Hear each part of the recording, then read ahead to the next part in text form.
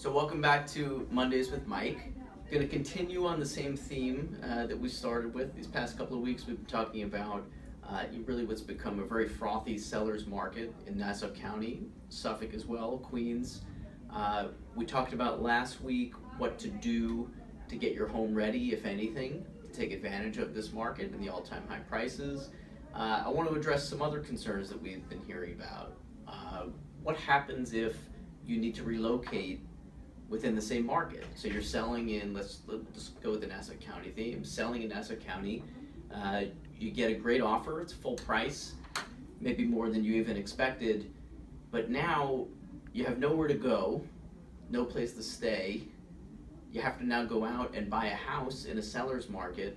What can you do, and how can you mitigate the risk of being homeless? Everybody's always using that word, I'm gonna be homeless, I'm worried about that. So there are a couple of ways to address this, and they're simpler than you think. The first way is just to take advantage of the contract period.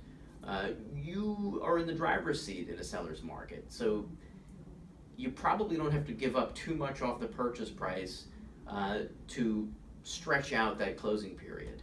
Most people will agree to an on or about date of 60 days from contract to close, and what most people don't realize is that you can push that another 30 days typically beyond the on or about date in the contract before you really have to close and before the other side can press you to close legally. You want to be careful with that. You have to consult with your advisors, because if the person who you're pushing is going to lose their mortgage or be put in a materially worse situation, it could get ugly. But generally you can stretch the contract period, or you can agree up front.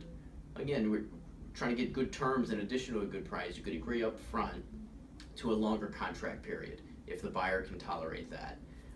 The second way, if the buyer, let's say, has to be out of a rental, or they're selling their home also, and we have this domino effect where everything has to line up, or let's say we've already stretched the contract period and we're 90 days plus into a contract, commitments can expire on the buyer side.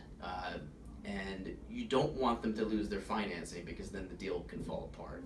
What you can do is, and this can be agreed to up front, or when the time comes you can amend the contract, you can agree to a leaseback period.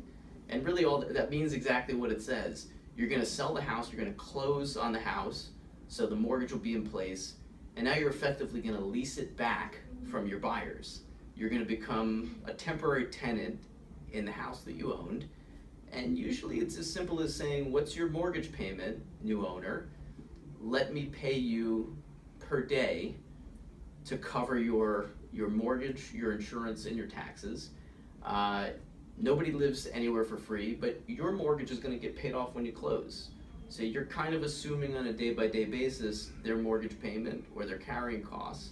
And if they don't have a transition to worry about themselves, in other words, if they're not going to be made homeless in the process, that can work out fine. And you can stretch that for a few weeks, and if you have a really good agent, maybe a couple of months.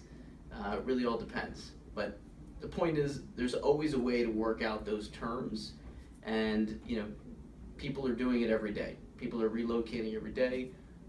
We can find the solution if need be. I'll leave it there. Next week we'll jump to a different topic, but keep on the same related strain.